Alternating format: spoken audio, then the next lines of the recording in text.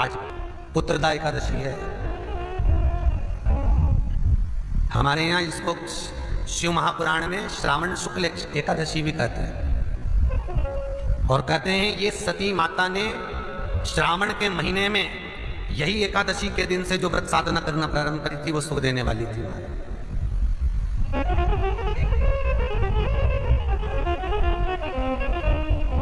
पहली बार माता सती ने भगवान शंकर की आराधना आज ही से चालू करी थी। निवेदन है आपसे भी, कोई कार्य अटक रहा है, तकलीफ आ रही है, दुख है, लक्ष्मी नहीं आ रही, परेशान हो, तो आज पुत्रदा एकादशी है। 108 बेलपत्र की, जो बेलपत्र होते हैं उसकी, इसको छेद तो करते नहीं है सुई से, बेलपत्र की डंडी को बांधते जाओ 108 बेलपत्र की माला बनाना और माला बनाकर भगवान शंकर के गले में, शंकर के शिवलिंग को जो चढ़ा देता है उसकी मनोकामना भगवान शंकर पूरी कर देते हैं।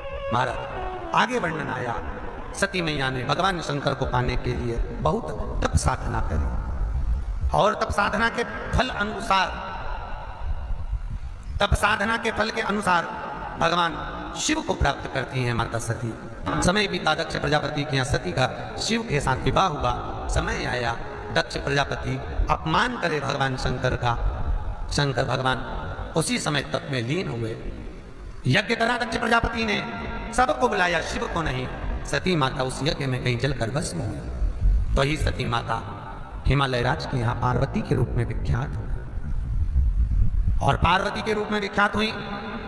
माता पार्वती घोर तप करी, भगवान शंकर का घोर तप करा और उस तप साधना से भगवान शंकर को माता पार्वती ने प्राप्त किया। और महाराज आज पुत्रदा एकादशी है। जिस नारी को संतान नहीं हो रही हो, बहुत प्रयास कर लिया हो, पुत्रदा एकादशी पूरे साल में 2 बार आती है। एक श्रावण के महीने में आती है, दूसरी पोषादिक क्रम में आती है। श्रावण के महीने की जो पुत्रदा एकादशी होती है, ये संतान की वृद्धि करने वाली होती है। शंकर जी के मंदिर में जाकर, भगवान शिव के मंदिर में पूजन करके घी का, 1 कटोरी में घी और 1 कटोरी में खीर शंकर के सामने रख देते हैं। भगवान शंकर के मंदिर पर चौखट पर घी का दिया लगा देते हैं। शंकर जी की चढ़ी हुई 1 बेलपत्र साथ में रखें और 1 बेलपत्र को उठाकर शंकर जी के मंदिर की चौखट पे ही बैठकर चबा चबा कर खा लेते हैं। जो 1 बेलपत्र लेकर आए हैं वो अपने पति को खिला देते हैं। कहते हैं पुत्रदा एकादशी के दिन ये कर लेने पर संतान की प्राप्ति हो जाती है, पुत्र की प्राप्ति हो जाती है। एकादशी के दिन गंगा के जल में मात्र 7 बेलपत्री डालकर, जो नंदीश्वर भगवान अर्थात जो शंकर जी के शिवलिंग के सामने नंदी होता है, उस नंदी के चरण पर गंगा का जल चढ़ाकर बेलपत्री शिव पर समर्पित कर देता है, उसके घर में रुपया रुकना चालू हो जाता है। फिर वो गलत जगह पर नहीं जाता, गलत स्थान पर वो धन जाएगा ही नहीं। बेटा अगर व्यसन में पड़ा हुआ है, मदिरापान में पड़ा हुआ है, मांसाहार में, जुए आदि में जा रहा है, तुम्हें लग रहा है कि मेरा बेटा गलत मार्ग पर जा रहा है, ये मित्र दोस्ती गलत हो रही है, वो सही जगह पर जाए, करना है एकादशी। कई लोग इसको धन के लिए भी करते हैं, संपदा के लिए। संपदा के लिए अर्थात जिसका व्यापार नहीं चलता, जिसके घर में पैसा नहीं आता, या नौकरी नहीं लग रही, या सर्विस नहीं लग रही, आप अप्लाई कर रहे हो, जगह जगह जाकर इंटरव्यू भी दे रहे हो और पैसा नहीं आता, तो उसके लिए भी प्रयास किया जाता है। पर उसके लिए यहाँ पर जो धन के लिए करते हैं, उसके लिए विष्णुपति के लिए करते हैं। मतलब जैसे गंगा के जल में तुलसी के 11 पत्ते डाले जाते हैं। कितने पत्ते डालते हैं? 11 तुलसी के पत्ते डालते हैं और उसको किसी भी नारायण के मंदिर में, राम कृष्ण शिव, शंकर नहीं, राम कृष्ण भगवान विष्णु दत्त आदि जितने नारायण के मंदिर हैं, उस मंदिर में किसी भी पात्र में, एक छोटे से पात्र में उसको भरकर रखी जाते हैं महाराज। उससे भी जॉब, सर्विस, नौकरी में सफलता प्राप्त हो जाती है। परंतु वो भी एकादशी को ही होता है। कुछ देर तक पात्र को रखा जाता है, फिर वही पात्र का जल किसी भी वृक्ष के नीचे डाल दिया जाता है, उससे भी नौकरी के लिए फायदा मिलता है। गंगा का जल कोई साधारण नहीं। एकादशी व्रत का सबसे पहला नियम है कि आप जिस दिन व्रत करो उसके 1 दिन पहले भक्ति का संचार इस हृदय में कर लो। भक्ति का संचार इस हृदय में कर लीजिए। जिस दिन आप व्रत करो, जैसे एकादशी का व्रत कर रहे हो, तो दशमी के दिन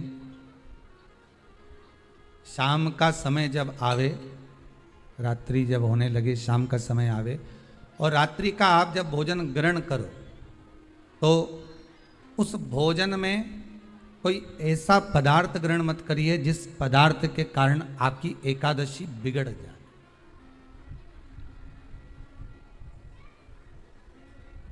कोई बेकार भोजन हमें ग्रहण नहीं करना,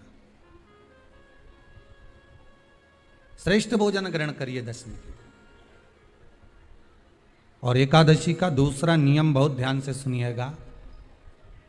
जिस दिन आपकी एकादशी का व्रत हो, उस दिन प्रयास करिएगा कि अपने हाथ से किसी भी वृक्ष की कोई पत्ती टूटे ना। अपने हाथ से किसी भी वृक्ष की, पौधे की, किसी भी वृक्ष की पत्ती अपने हाथ से ना टूटे। बहुत ध्यान दीजिएगा महाराज। एकादशी का ये दूसरा नियम है कि अपने हाथ से किसी पौधे की, किसी वृक्ष की, किसी डाली की कोई पत्ती टूटे ना, कोई पत्ती ना टूटे, इसका प्रयास करिए।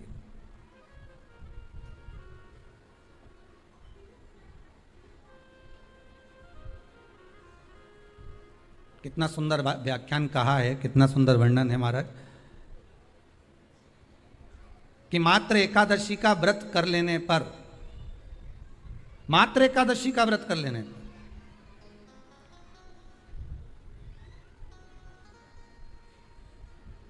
जो पूर्व में किया गया हमारा पाप कर्म है, हमने किसी जीव की हत्या करी है, हमने किसी को कष्ट प्रदान करा है, हमने किसी को अपशब्द कहा है, हमने किसी को ताने दिए, हमने किसी को आड़ा टेढ़ा कहा है, हमने किसी को गालियां दे दी है, मात्र एकादशी का व्रत ही कर लेने पर ये सारे जो दोष हैं वो समाप्त हो जाते हैं।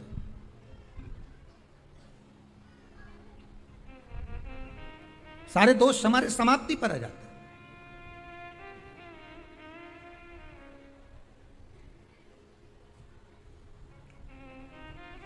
अब एक विचार करिएगा थोड़ा सा अपने मन में, अपने चित्त में, अपनी वृत्ति में एक बात उतारिएगा, एक अपने मन में एक बात को उतार कर रखिएगा कि आप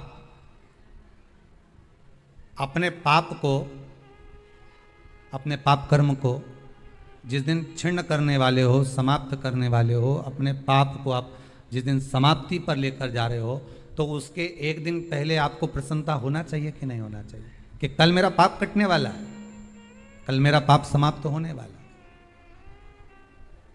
जो मैंने पाप कर्म करा है वो समाप्त होगा, जो मैंने पाप कर्म करा है वो कल समाप्त हो जाएगा। तो एक दिन पहले आपके चेहरे पर प्रसन्नता हो कि ना हो?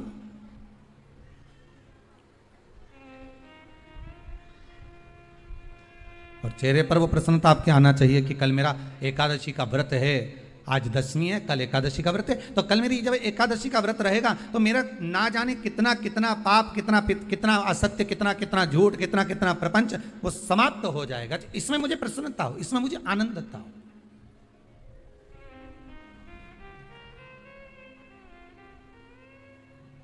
तो क्या कहा गया कि प्रयास करिएगा कि एकादशी के दिन कोई वृक्ष की, कोई डाली की, कोई कोपल की कोई पत्ती ना तोड़ी जाए। क्यों? तो कहा अगर उस पत्ती को हम तोड़ देते हैं, वृक्ष की पत्ती को या क्यारे में लगी हुई कोई डाली की पत्ती को हम तोड़ देते हैं, तो एकादशी का पुण्य फल प्राप्त नहीं होता, एकादशी का कोई फल हमारे खाते में नहीं जाता, पुण्य फल प्राप्त। अब फिर भले तुम चाहे तुमने मोरधन खाया हो, चाहे तुमने फिर चिप्स खाई हो, चाहे तुमने फिर व्रत का कितना ही सामान खा गए हो और तुमने सोचा कि आज मेरी एकादशी है, तो फिर उसका कोई फल प्राप्त नहीं है, उसका कोई सुख प्राप्त नहीं है आपको, फिर उसका कोई आनंद प्राप्त नहीं है आपको, तो उसमें कोई आनंद की अनुभूति आपको नहीं मिल रही है। मंदिर जाते हो आप लोग?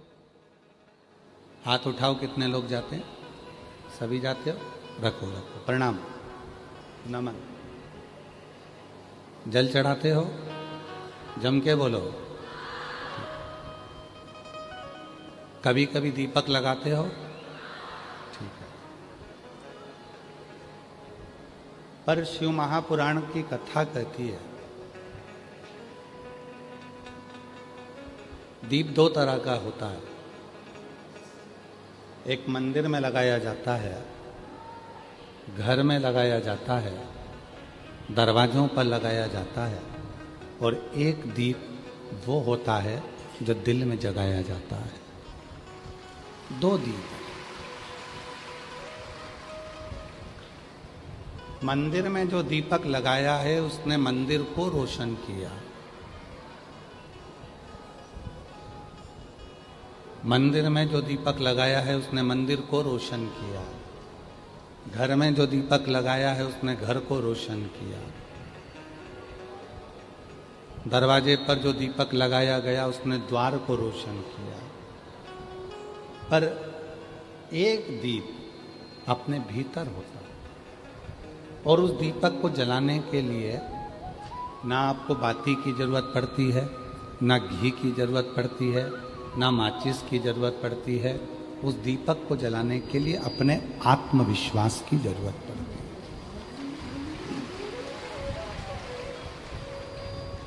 कितना आत्मविश्वास आपके अंदर है, कितनी दृढ़ता आपके अंदर है, कितना भरोसा आपके अंदर है, यह आप पर निर्भर करता है। व्यक्ति क्या करता है, मंदिर में तो दीपक लगाता है, दरवाजे पर दीपक लगाता है, घर में दीपक लगाता है, पर अपने भीतर दीपक नहीं जला पाता। हमने पहले भी कहा था, एक विश्वास अपने आप पर, एक विश्वास अपने बाप पर, पिता पर, और एक विश्वास अपने देव अधिदेव महादेव पर जब हो जाता है तो जिंदगी के सारे कार्य सफल हो जाते हैं।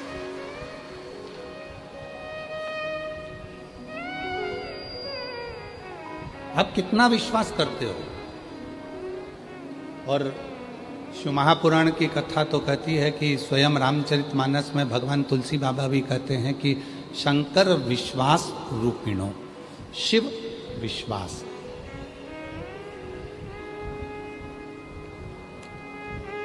अभी पूरे भारत देश में ही नहीं, विदेश में भी गोस्वामी तुलसीदास जी की जयंती महोत्सव मनाया गया। सभी सनातनियों को उनके जयंती महोत्सव की बहुत बहुत बधाई हो, संपूर्ण देशवासी।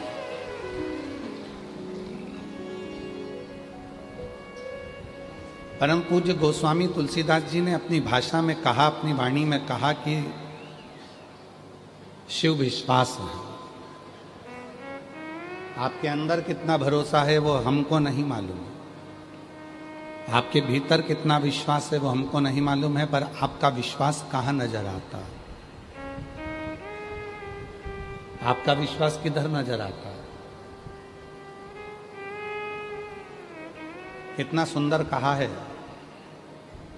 जिस दिन आपको आपके मम्मा पापा की बात अच्छी ना लगे, पड़ोसी की बात अच्छी लगे, जिस दिन आपको आपके घर के लोगों के शब्द अच्छे ना लगें, बाहर के लोगों के शब्द अच्छे लगें,